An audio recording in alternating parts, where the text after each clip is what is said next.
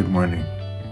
I'm not going to paint today, but I wanted to talk a little bit about paintings that sell and a theory I have, an observation I've made about what sells paintings, especially landscape paintings, but not only. But I want to go through it and share with you this information. This is for those of you who want to sell paintings.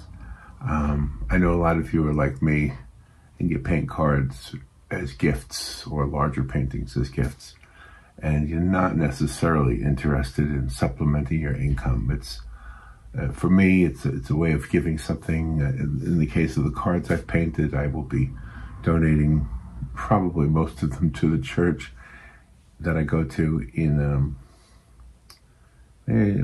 September, so maybe in a month or month and a half, because at the end of November they have an art auction, and I want to give them to the church so that they can raise money for the hungry and the needy people in our community, which is what that auction is about. Anyway, I just want to be fair and tell you that I do earn money, even though I give them away. I do earn money as an artist. I do sell some prints, and I also earn money doing illustrations for books, children's books mostly. But I do some freelance work. Every once in a while somebody will ask me to do something and I'll come up with a price, but it's not my main income.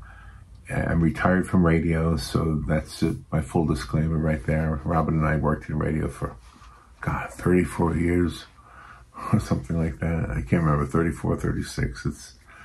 But we've been retired now for almost 5 years, believe it or not. But all right, so I want to tell you what this video is about. I know some of you are going to be impatient.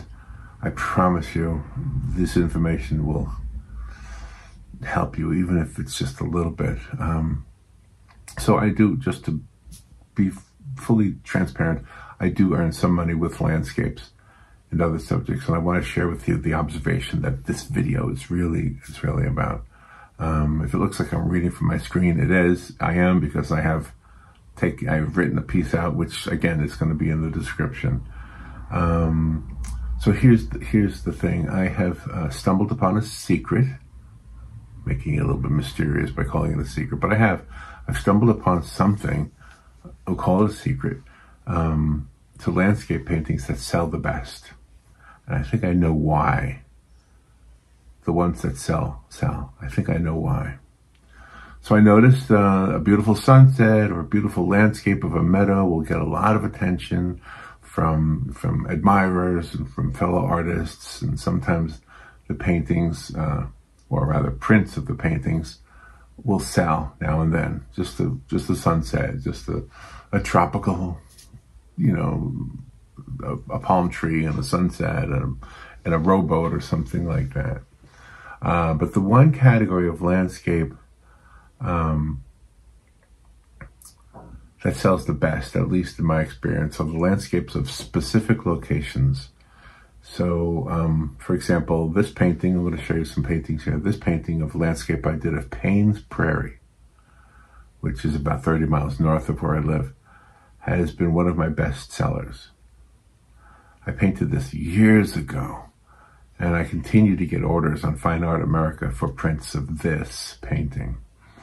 By the way, this landscape was painted on Procreate, just so you know. It was a digital painting, and I did it on my iPad while in the waiting room at the hospital.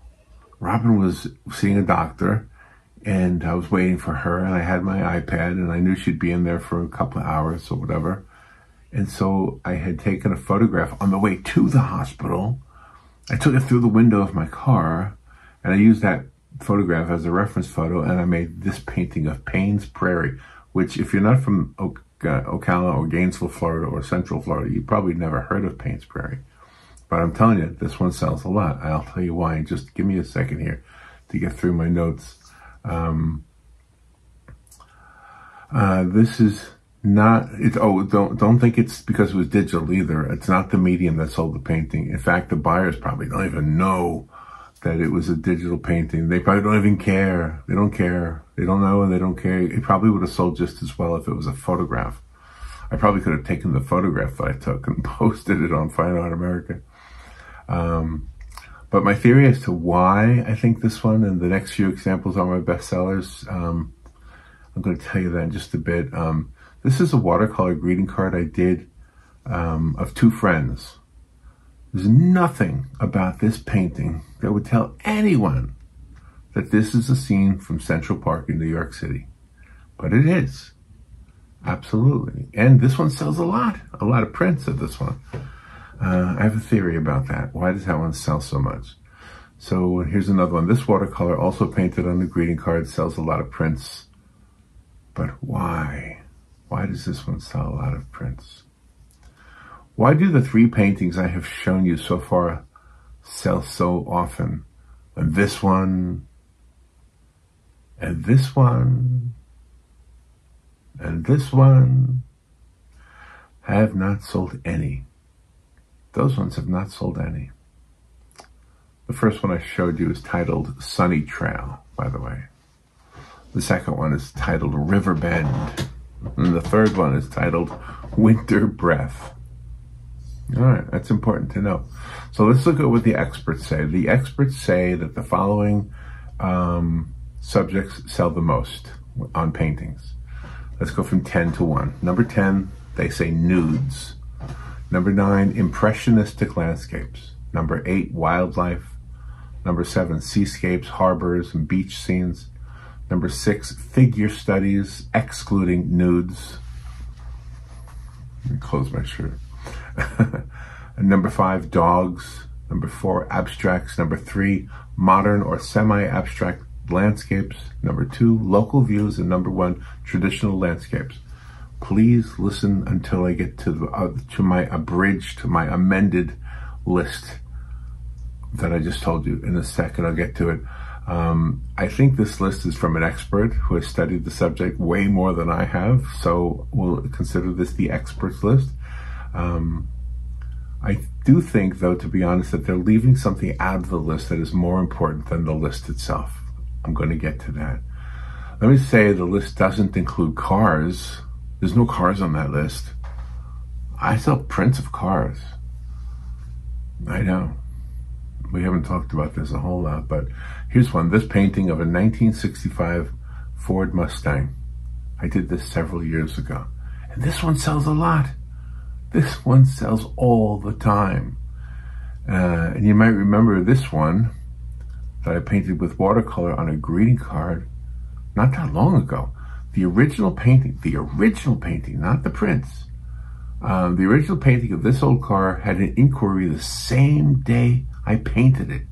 And it was purchased the same day. The original. I don't even know what kind of a car that is.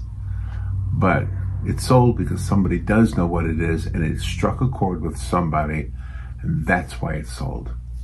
By the way, just as a side note, 99% of my sales are from prints, not from originals. But if you are selling originals, please, please, please charge at least $3 a square inch. Use that formula. I know it's going to make your art look like it's way more expensive than you think it's worth, but it is worth that much. You can always come down in price. But if you're at an art show, a local art show, an art and craft show, and you're showing your art, put that price tag on your art, $3 a square inch. You just figure it out, put it on there, let people who are browsing look at it. Trust me, if somebody really wants it, they're going to either pay it or they're going to say, gosh, that's a lot of money for a 10 by 10, $300 for a 10 by 10. Is there any way you can come down? And I would hedge it a little bit, especially if you don't really want to let go of it, because that happens too, right? You have something for sale, but you don't really want to sell it. So you say, well, not really, 300 is firm, and then they'll walk away and you keep your painting. Or you're ready to let go of it, you need a couple $100 in your pocket, and you say, well, can you do 250? You know, come down a little bit and see what happens. Just try to play that game a little bit, because you can never go back up. You can go down, but you can't go up. Remember, By the way, like any business, you have to promote the paintings you are selling. You have to promote the paintings. Promote them and promote them and promote them. Listing on Fine Art America is not what sells my work. I don't want you to think that just because you're listing on Fine Art America or on any of the other ones that you are going to sell your paintings just by listing them. There are a few that I've heard of that charge a lot of money, and those companies maybe do some marketing on your behalf, but you don't need to do that. You don't. You can. That's up to you.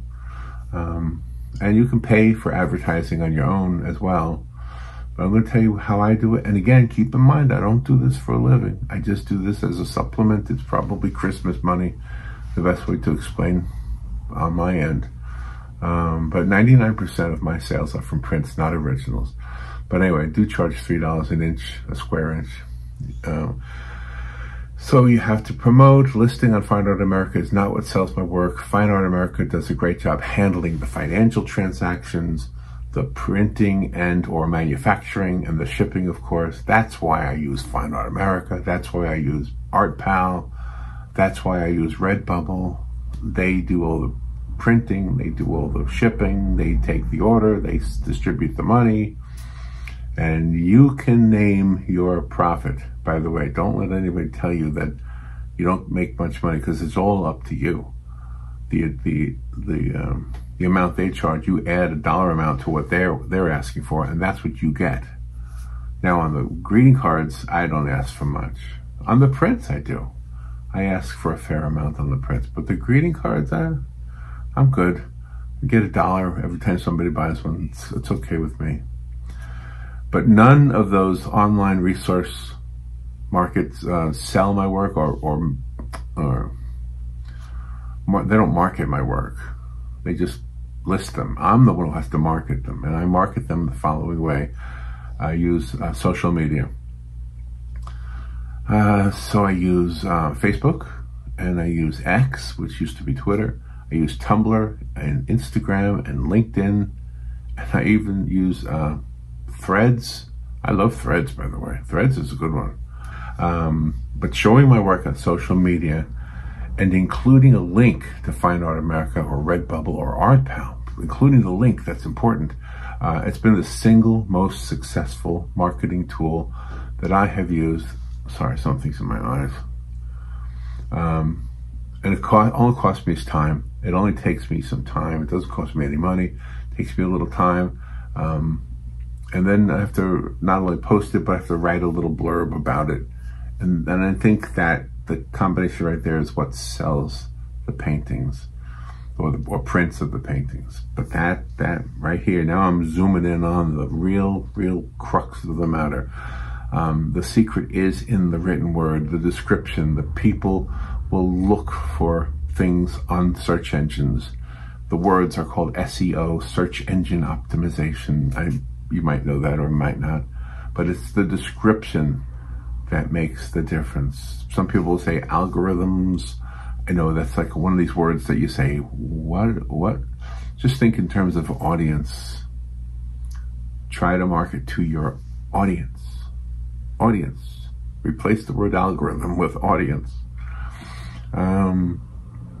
The written word, the description, some people call it SEO. Now, I'm an old dog, but I have learned a very important new trick. And that is what I want to share with you in this video. So let's go back to the experts. Again, remember that list: nudes, impressionistic landscapes, wildlife, blah, blah, blah. It goes all the way to number 1, which is traditional landscapes. Now let's rewrite that list, okay? Impressionistic, number 10 was nudes. Well, I haven't done very many nudes. I have done some. I've never sold any.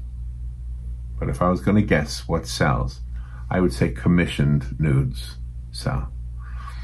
Now, here's my one little asterisk here. Robin and I went not that long ago to one of these art invitations where there's a nude model at the front of the room and you sketch or paint the nude model. and it was a young lady, and I brought a canvas, 16 by 20 canvas, and I brought my acrylic paints, and we had 45 minutes. Well, actually, there was a couple of different sessions. One was a minute, one was 5 minutes, one was 10 minutes, and then there was two 45-minute sessions.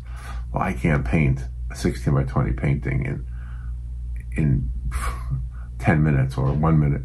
So I waited until the 45-minute session, and then at that time, I did paint the young lady, and I did paint her in the nude. I don't know if I should show you here or not. It's no big deal, but, and no, I won't show you. But the point is that when I was done with that painting, guess what? Somebody wanted to buy it right away. Somebody wanted to buy it. And guess who wanted to buy it? The model herself. The model.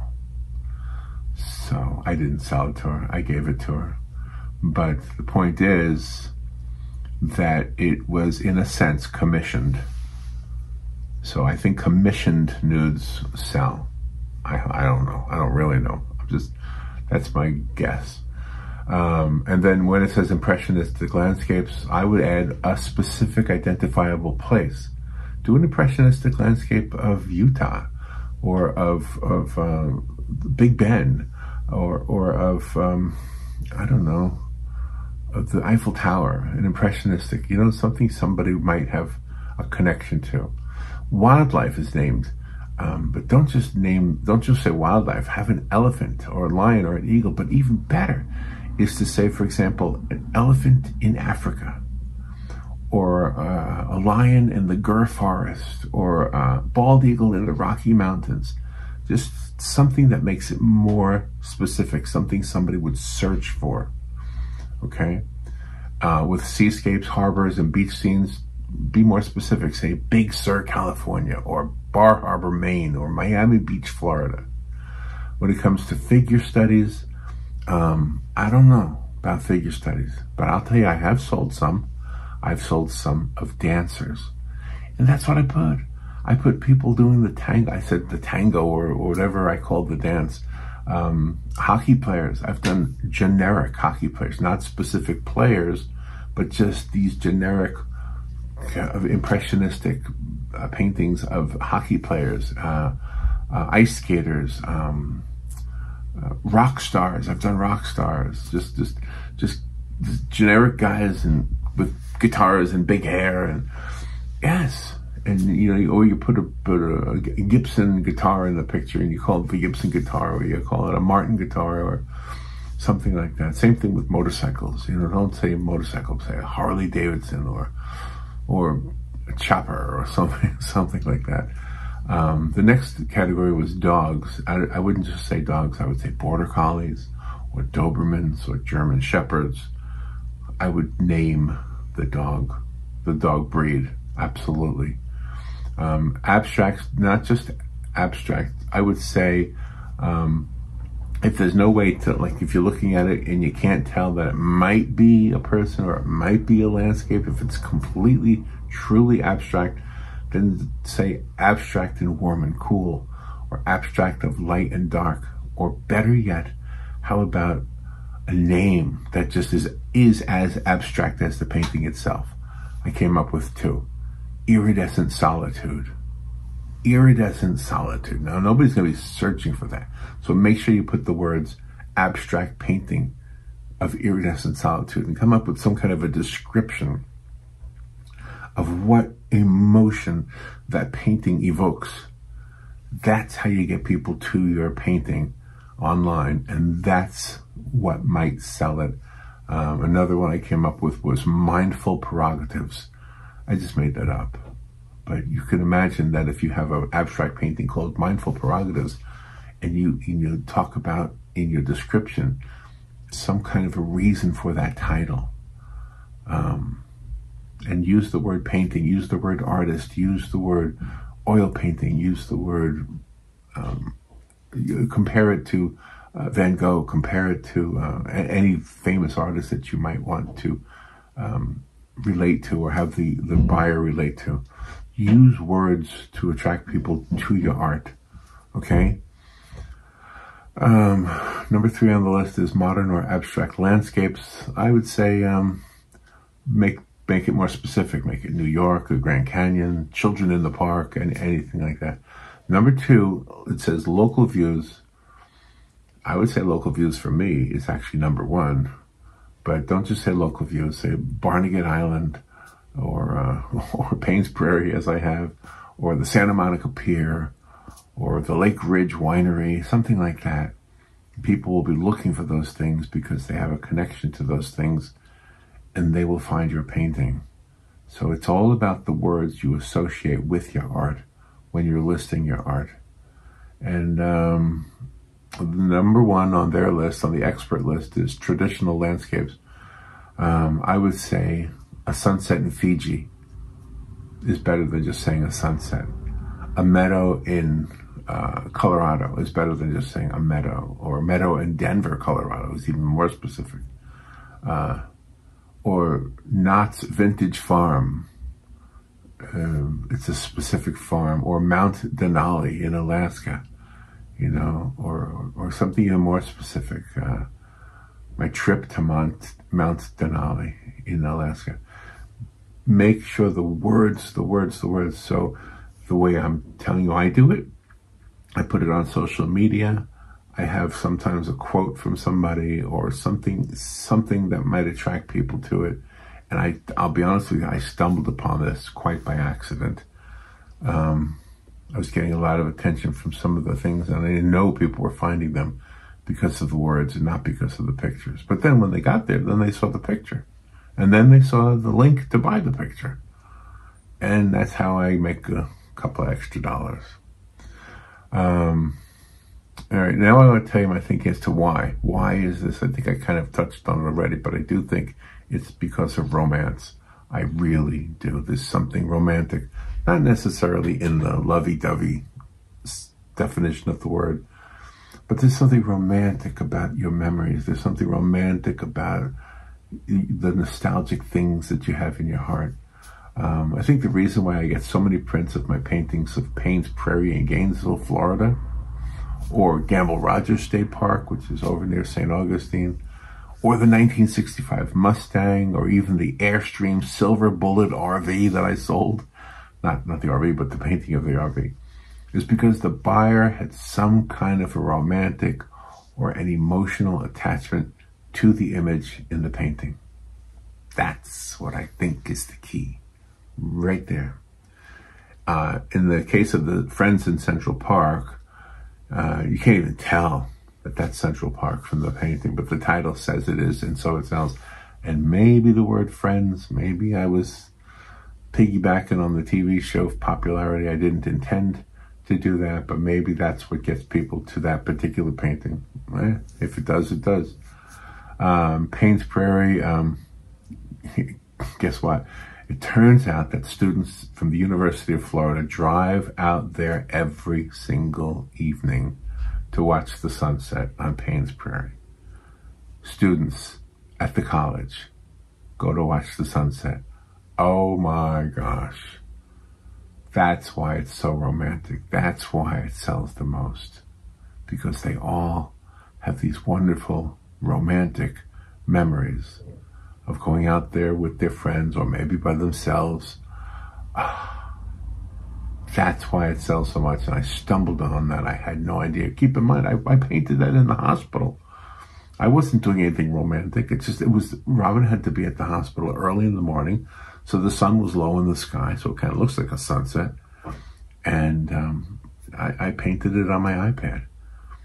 And that is one of my biggest sellers. Absolutely. And I stumbled upon that. And I really think it's because the students at the University of Florida go out there regularly every day to look at the sunset. And they have fond memories of that, especially if they've graduated and they're no longer living there. Let's see, what else did I write here that I wanted to share with you? Here's my conclusion. It's that in order to improve the odds of selling prints or even the originals of any landscape, you need to give it a title that will do two things. Number one, attract buyers using search engines. Everything is a search engine. Okay, it's not just Google. If you go to YouTube and you type in something to look for something, that's a search engine. If you go to Fine Art America and you type in something, that's a search engine. So, but Google, of course, is the one everybody refers to. And you have to, the title also has to trigger an emotional or romantic connection, the title itself. So that's why Paynes Prairie gets so much. That's why the 1965 Mustang gets so much attention. You know, the other car, I didn't even know what it was called, so that one isn't really selling as a print. But the buyer who bought the original must have seen it on social media and said, I got to get that car, that picture, that car. That person knew what car that was. I should have asked, what car did I paint? I don't even know. I just used a reference photo. Anyway, that's my whole thing today. Thank you for watching. Have a great day, and I hope this has helped. And thank you for all the kind things you have said. I received some things in the mail, and I want to get to them, but I'll do them in another video in the future, probably tomorrow. Okay. All right, that's it. No painting today. Just a little bit of information that might help you sell prints of your artwork, especially as we're entering into the Christmas season. And P.S., I have no idea what Christmas cards will sell the best. I don't know if it's Santa Claus or Christmas trees or snow scenes. Well, I guess we'll learn together. All right, I'll talk to you later. Bye.